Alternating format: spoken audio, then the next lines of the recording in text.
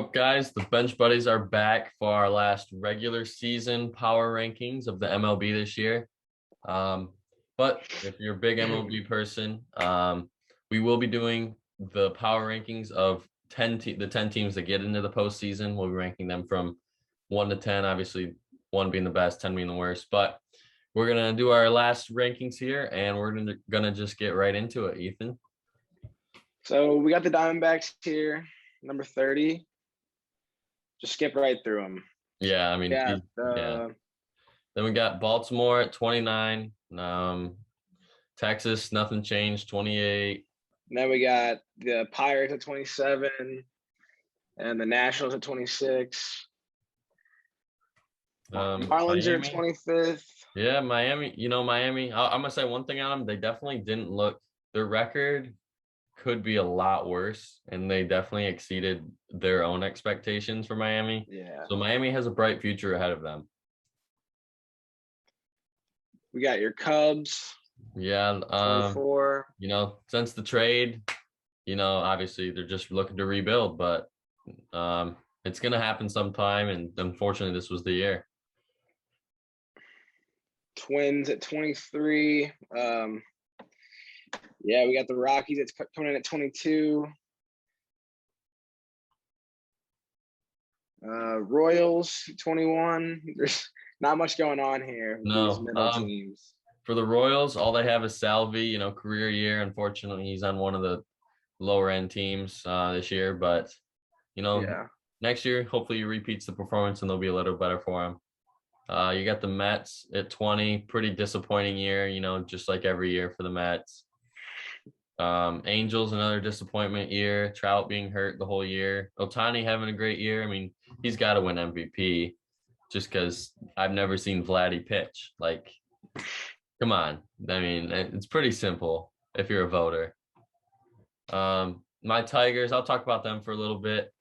Obviously 75 and 80 right now. If you would have told me we would have won over 70 games this year with a week left, I'd be like, no way. Like, this team, I didn't even know who, I mean, I know who's going to be brought up, but I didn't know who was on the roster to start the year.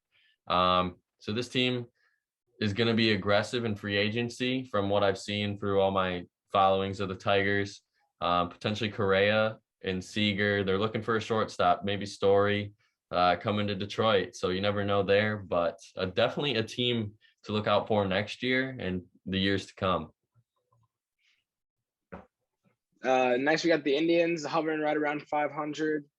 They don't have a shot this year, so let's go on to number 16. The Padres, they kind of lost this last couple weeks. Had a shot at the wild card, but not anymore. Now into our top 15. Overrated Padres. Overrated. Yeah. All right. Coming in at 15, we got the Cincinnati Reds. Their elimination number is 1. So with a St. Louis win or a Cincinnati loss, the Cardinals will clinch the second wild card spot.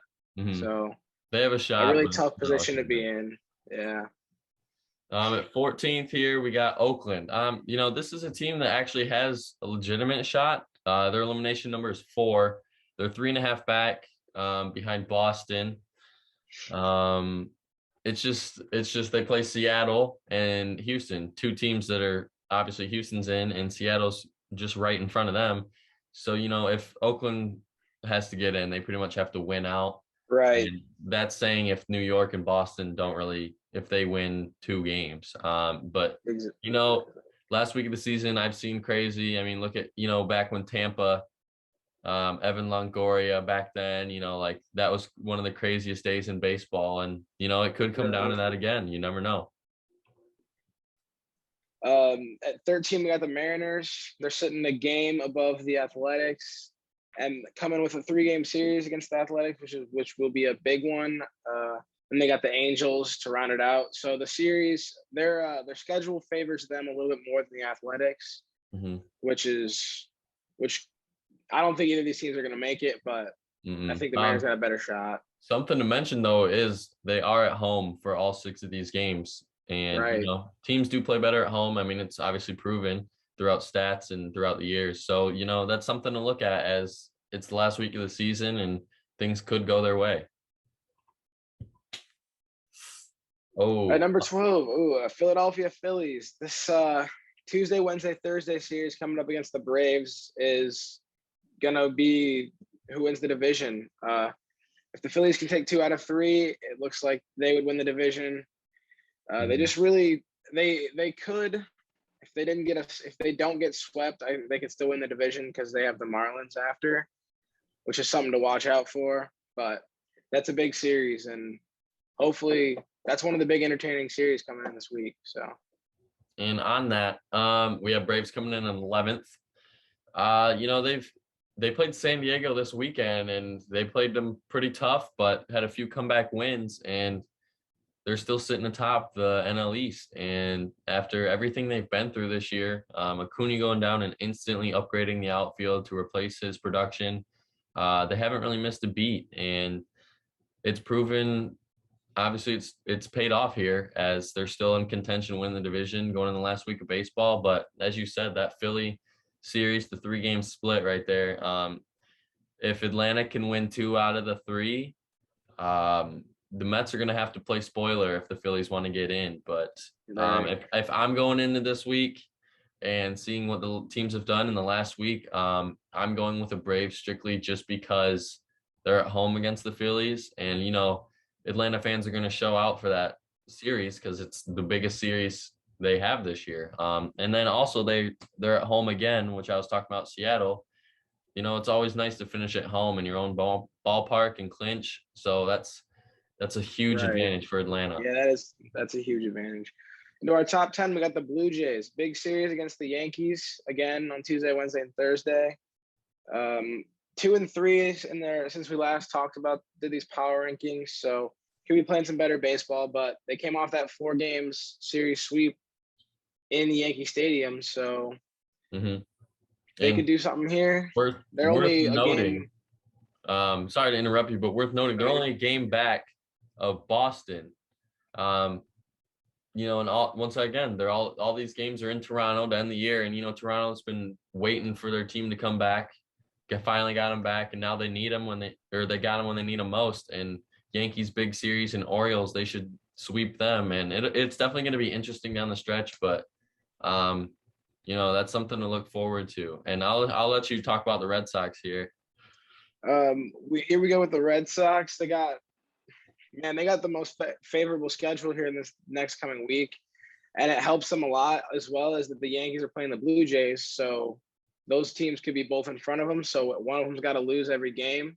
So if they could pick up some games this week and clinch one of those wild card spots. Once again, all these games are on the road, and sometimes it's tough to win on the road. So that's right. You got to look at these things. That some people may overlook going into the last week. Here with my Chicago White Sox, they got a really easy schedule this week. Hopefully, just get some guys healthy and go for the playoffs at this point. 7th, we got the surging Yankees again. Remember, we did our not last week's power rankings, but the week before. We were really high on them because they were on fire, and then all of a sudden they just couldn't hit the ball for anything, score runs. But if the Yankees are going to be a playoff team, they're going to have to prove it this week, as they got the Blue Jays who are behind them, looking for that wild card spot. And you're home against Tampa, which is huge. Tampa coming to you to end the year. As Tampa plays New York. Tampa Bay plays the Yankees really well, though, so that'll be a great series. Good bullpens as of late. Speaking for the Yankees, good bullpens. So that's definitely going to be, I would say, a low-scoring series, and could just be a Stanton or Judge home run away from a win, pretty much. Here we go with the Cardinals out of nowhere, just 16 straight. Go ahead and sweep the Cubs this weekend. They're looking really good. They're 1 game away from clinching the wild card, which none of us would have thought would happen. No. So that pitching rotation has gotten more, like, they've found their rhythm, and they've been playing a lot better baseball. Coming in at 5th, You get the Astros, and this is an interesting schedule, something worth noting. We didn't mention it with the White Sox, but if the White Sox can win at least 4 and Houston loses 5, the White Sox could be the 2 and Houston could be the 3. Many people are overlooking that just because Houston's been in sole possession of 2 pretty much this whole year. And Tampa coming to them and Oakland coming to them, teams that are in the playoffs or just outside, they're going to be doing everything they can to scrape these games out. And, no easy game here for Houston this week. At number 4, we got the Milwaukee Brewers. They already clinched their division. They clinched it. I think they wrapped it up today, didn't they? Mm-hmm. So really, they're just playing to be healthy and get a rhythm going into the postseason, which they have a real shot at going against the Dodgers or the Giants, whoever wins that NL West. Coming in at 3rd, you got the best team in the AL, Tampa Bay Rays. As we said, no easy games for Tampa either. Excuse me. There's not really much to be said. They've been the best team in the AL all year. It's been proven, and getting Nelson Cruz might be the best deal way before the deadline, before anyone else could make offers on it. He's proven that he can still hit at 40 years old. Right, and they just got Wander back, so that'll help the offense. Obviously you need your guys healthy for the postseason. This is what you live for, and this is when you need them most, and they're coming back just at the right time.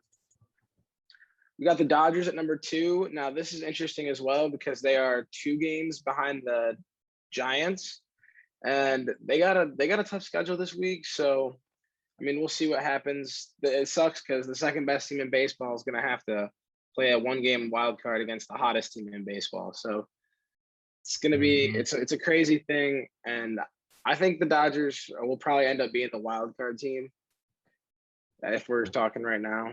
So yeah, I agree with you there. Just because the Padres, they're going to play spoilers, who's a really good team to be a spoiler team. Right. And then they got Milwaukee, who's obviously going to be they're going to be the 2, and it could be a NLCS postseason preview right there. You never know. So these teams aren't going to give away too much, I would say, as they're still going to throw their normal guys, but I just don't think they're going to put their best lineup out there every game unless the Dodgers pretty much still have a chance to get that 1 seed. Because if they're already ruled out and they are the wild card team going into this series, there's no reason to put your best product out there and risk an injury. Right. And then that brings us to 1st. You got San Francisco staying at 1. Pretty easy schedule to start the week as they go into the last weekend series of the year. Being home, obviously, too, for the last 6 games of the year is really going to help them out. You have Arizona, who's the worst team in our power rankings. That should be 3 easy wins to clinch the division right there. Right. And then you got the Padres, once we were just talking about could play spoiler, but I just don't see this team giving up that 1 seed. And that's why we put them at 1, and they're just going to stay at 1. Yep. And so for these playoffs, we're going to be doing series recaps and all that. So stay tuned. If you enjoyed the video, if you enjoyed the power rankings, this is our last one. So leave a like and comment and subscribe. Until next time, Bench Buddies are out.